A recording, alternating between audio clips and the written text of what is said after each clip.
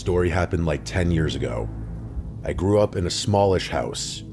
For the majority of my childhood, I shared a bedroom with my older brother, 2 twin beds on opposite sides of the room, 2 dressers and 2 closets. We didn't even have enough room for a desk. It wasn't cramped, but it wasn't exactly comfortable either. So when my brother went away to college, I immediately moved his bed out of the room and commandeered the space, so to speak. With his permission, of course. I was finally at the age where a bedroom desk was a necessity, so it was nice not having to do homework in the basement or upstairs in my dad's office. That arrangement worked seamlessly for the 2 years before I myself went off to college, at which point I wasn't living at home anymore, so it didn't matter. After graduating, my brother got a city job in our hometown area, so we ended up moving back into my parents' house. And the first thing he does? You guessed it, re-sees our bedroom that I had spent months of expended effort redesigning. I was a little irritated at first, but my parents contextualized it by saying I had basically done the same thing to him, so it was only fair. I couldn't argue with that, so I just accepted it. By the time I graduated, I had also found a city job, so I opted to move back into my parents' house, just like my brother had. Unfortunately, I didn't have a room anymore, so I'd have to make other arrangements. The only other unused room in the house was our upstairs guest bedroom, so even though it was half the size of my old room, it would have to do the trick. The guest room was right next to my dad's office, which was the only other room on that floor.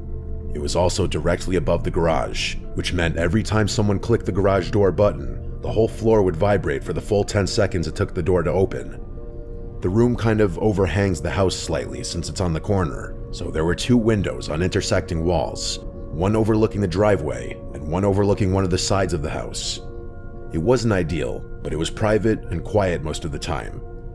This particular incident happened on a Friday evening when I was home alone. My brother was in Baltimore for some work-related conference, and my parents were spending the night at our family shore house like they did most summer weekends. I was coming off an absolutely grueling day at work, so I decided not to go out with any of my friends or even leave the house. I just wanted to order some food and call it an early night. It was around 11:30, and I was lying in bed reading a book, trying to unwind from the day. The house was completely quiet, which was kind of nice since it's usually pretty chaotic when everyone's home. That's when I heard the unmistakable sound of the garage door starting to rise, followed by that all too familiar vibrating of the floor that I'd gotten used to over the past few months. It took a few seconds for it to really hit me. None of my family members should have been home. My parents had specifically said that they were staying at the shore house until Sunday night, and my brother wasn't supposed to be back until Saturday afternoon. It took several seconds for that realization to fully sink in, but when it did, my heart started racing. I immediately jumped out of bed and looked out the window toward the driveway, but it was too dark to make out anything clearly. I could see that the garage door was open, but I couldn't tell if there was a car inside or who might have opened it. Without another thought, I rummaged through the closet until I found one of the baseball bats my parents had thrown in there for my younger days. As I was quietly walking down the stairs, I tried convincing myself that there was a logical explanation for the garage door opening. Maybe my parents had forgotten something and driven back. Maybe my brother's plans changed. Hell, maybe the door had glitched and opened on its own.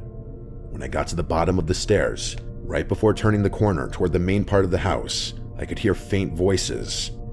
The voices were definitely coming from the other side of the house, where all the bedrooms were. They were too quiet for me to make out what they were saying, but I could tell that there were at least 2 people talking. That's when I knew for certain that someone had broken into our house. I pulled out my phone and dialed 911, whispering my address and telling the operator that my house was currently being burglarized. I left the call live and put the phone back in my pocket like they tell you to. The operator told me to stay put and not to announce my presence, but I felt this overwhelming urge to defend my house. It was like I was being compelled by some invisible force to do something rather than just hide and wait. So against the operator's instruction, I decided that's exactly what I was going to do. I crept down the hallway toward the voices, clutching the baseball bat as tightly as I could. As I got closer to my parents' bedroom, I could hear the sounds of drawers being opened and things being moved around. They were clearly searching for something valuable. I took a deep breath, knowing that what I was about to do was probably stupid, but unable to stop myself. I started yelling as loudly as I could to catch them off guard, then charged into the room with the baseball bat raised above my head. There were two men rummaging through my mother's closet, and they both yelled out in shock when I burst through the door. I could tell they hadn't expected anyone to be home, let alone someone willing to fight back. That gave me confidence, despite the fact that I was outnumbered and they could have easily had weapons of their own. I swung the bat at the closer of the two men, connecting with his leg. He cursed and hobbled a few steps before falling over. I turned to the other one, but before I could get a clean swing at him, he dropped his shoulder and tackled me before I could react. The two of us hit the ground hard, and I immediately realized that this guy was significantly larger and stronger than me. He wrestled the bat out of my hands without much effort, then got his hands around my throat and started choking me. I was fighting for my life, clawing at his hands and trying to get him off of me, when I saw the first guy crawling towards us.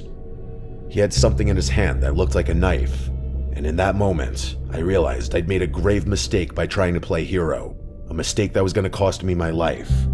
I genuinely thought those might be the final moments of my life. I started accepting that I was going to die in my parents' bedroom, and all I could think about was how devastated my mom would be when she found out. But then, in the background, I heard the faint sound of police sirens approaching. The last thing I remember is the second guy picking up my baseball bat and swinging it at my head. Everything went black after that. When I woke up, someone was shaking me gently. I opened my eyes to see a police officer kneeling beside me, asking if I was okay. I was dazed and confused, and it took me several seconds to remember what had happened. I looked around the room and saw that the door connecting my parents' bedroom to the backyard was wide open. The intruders had clearly knocked me out and fled through the back when they heard the sirens. The officer told me to stay put and not to move too much in case I was concussed or had other injuries. I had a raging headache, but I was conscious and coherent, which seemed like a good sign. Once the paramedics confirmed that I was okay, I refused to go to the hospital despite their recommendations. I gave the officers a detailed account of what happened. They told me they were currently searching the neighborhood for suspects, but by the time they'd arrived, the men were already long gone. After the police finished their investigation and took some photos of the scene, I called my parents and brother to let them know what had happened. My parents yelled at me pretty harshly for being stupid enough to confront those guys, and I deserved it. Had I just done the smart thing and hid, there's a good chance the police would have been able to apprehend the perps.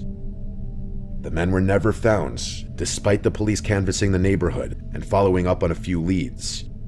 My parents installed the comprehensive security system the moment they got back from the shore house, complete with cameras, motion sensors, lights, the whole nine. The days after the break-in, something kept bothering me about the whole situation. All the doors to my house were locked that night, and the only way to open the garage door was through a little button in my car that my dad had programmed to be a wireless switch. There was no way anyone would just stumble upon it. Whoever had broken in that night had known me or my family well enough to know where that button was. Up until that moment, I never locked my car when it was in the driveway either, so that's something the culprits would have had to know as well. Even more concerning was the timing. They somehow knew that my parents would be away for the weekend, that my brother was out of town. I don't live in that house anymore, but my parents were never able to determine who had broken in. It was actually something that made my dad really paranoid for a long time, since he too thought that whoever had broken in was close to the family in some way. I'm not going to go as far as to say that night changed me forever or anything cliche like that, but I will say one thing. Life before and after you've accepted you're going to die are two very different things. I can still remember that feeling of thinking it was the end for me. It just felt so dissociating. Nothing can replicate that feeling.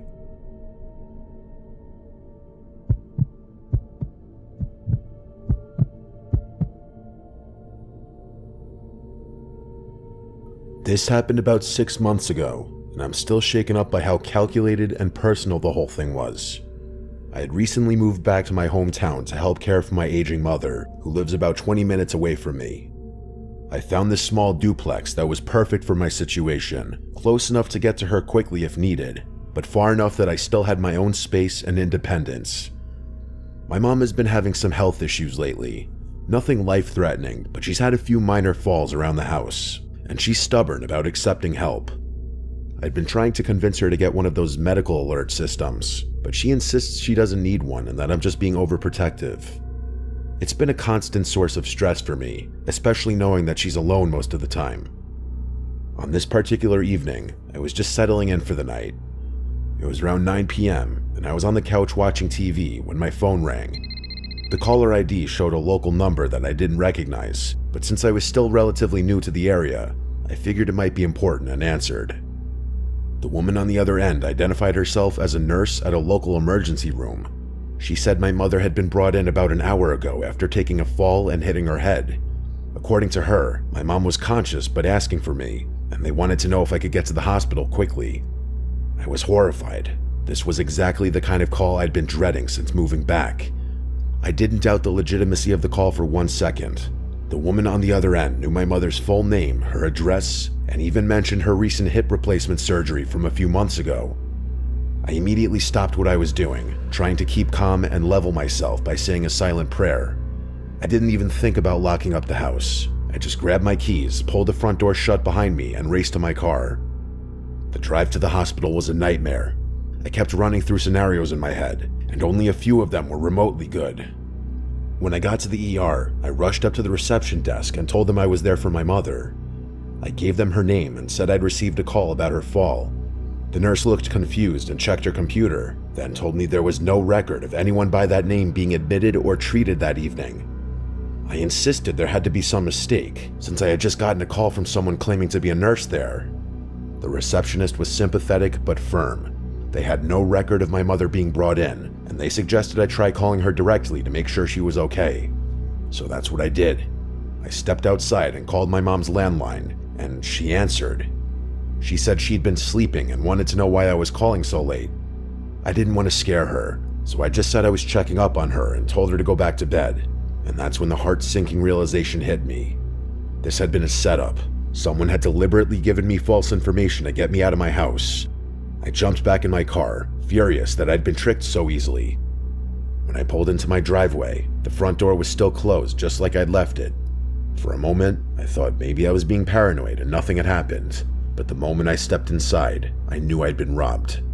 The house had been completely ransacked. My TV was gone, along with my laptop and small jewelry collection I kept in my bedroom.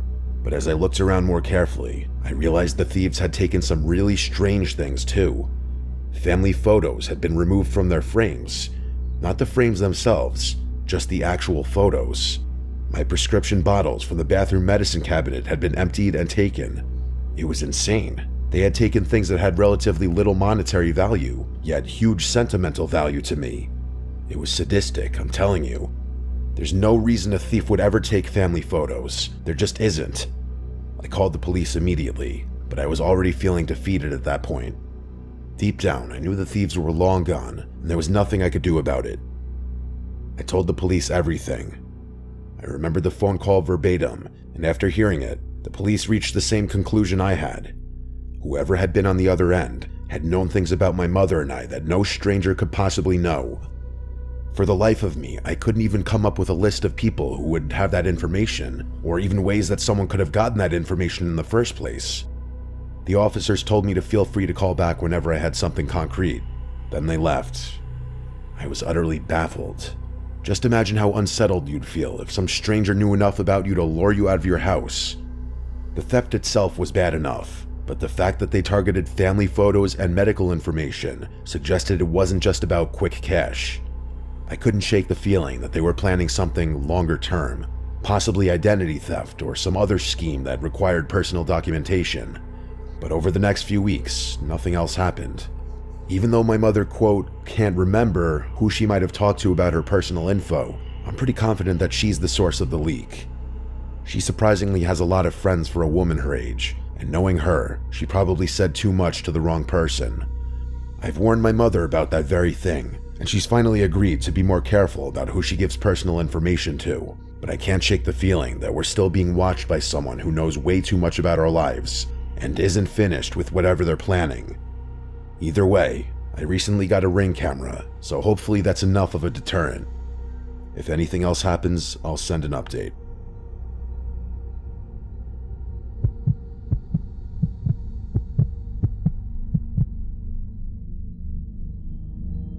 I'm a single guy in my early 30s, and I've been living alone in this rented house for over a year now. It's a nice little place in a quiet neighborhood, Nothing fancy, but it's comfortable and the rent is reasonable. I've gotten into a good routine here and really feel like I'd made it my home. The incident happened on a Thursday night around 11:30. I was getting ready for bed when I heard aggressive pounding on my front door. Not knocking, but actual pounding, like someone was trying to break it down. I looked out the window, but couldn't see much because of how poorly the porch light is positioned. Despite not being able to see who it was and the aggressiveness of the knocking, I'm a pretty buff guy, so I wasn't scared or anything, more so irritated and confused. I opened the front door, careful to keep the screen door shut as an added layer of protection. I'm not sure what I was expecting to see, but what I did see was surprising to say the least. There was this extremely agitated man standing there.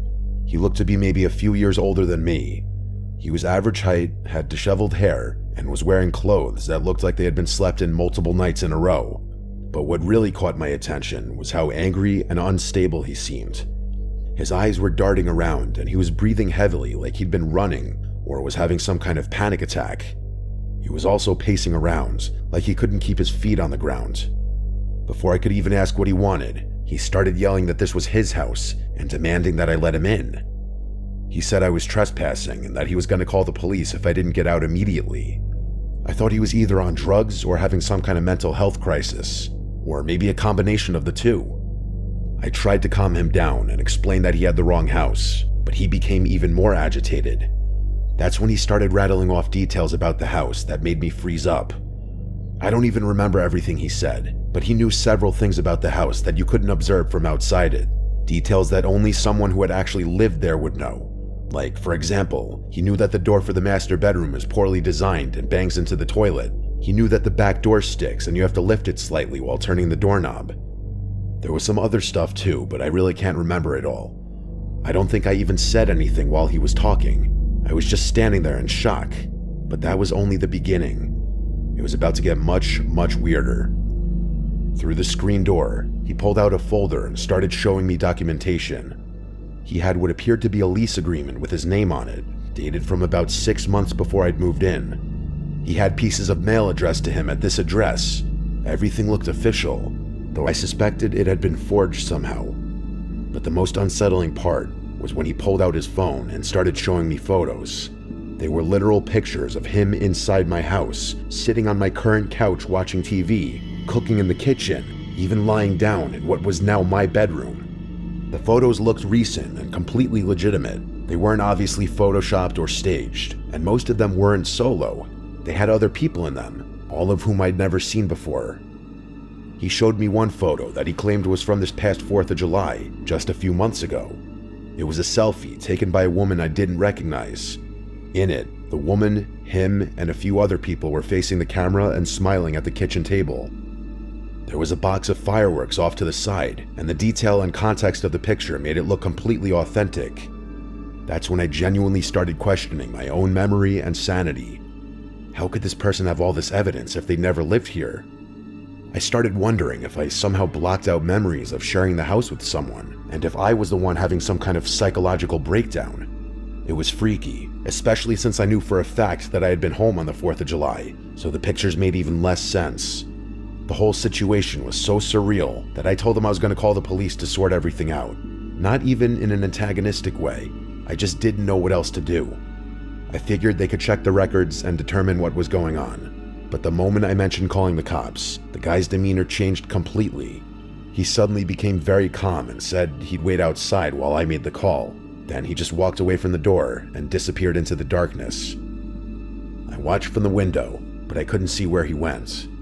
When the police arrived about 10 minutes later, I explained the whole bizarre situation. They told me I should try reaching out to my landlord to get in contact with the previous tenants, and that I might get some answers that way. I had all the required documentation proving I was renting this house, but when I offered to show it to them, they waved it off. They said whoever had been on my doorstep was probably just going through a mental episode, and as long as they were gone, I should just carry on with my life. Then they left. I wasn't just going to sit there and be satisfied with that, though. Whether or not that guy had left still left the question of how in the world he had all that evidence. With my landlord's help, I was eventually able to get in contact with the previous tenants.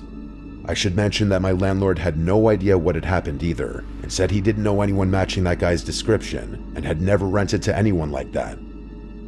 But anyway, the old tenants also had no idea who I was talking about.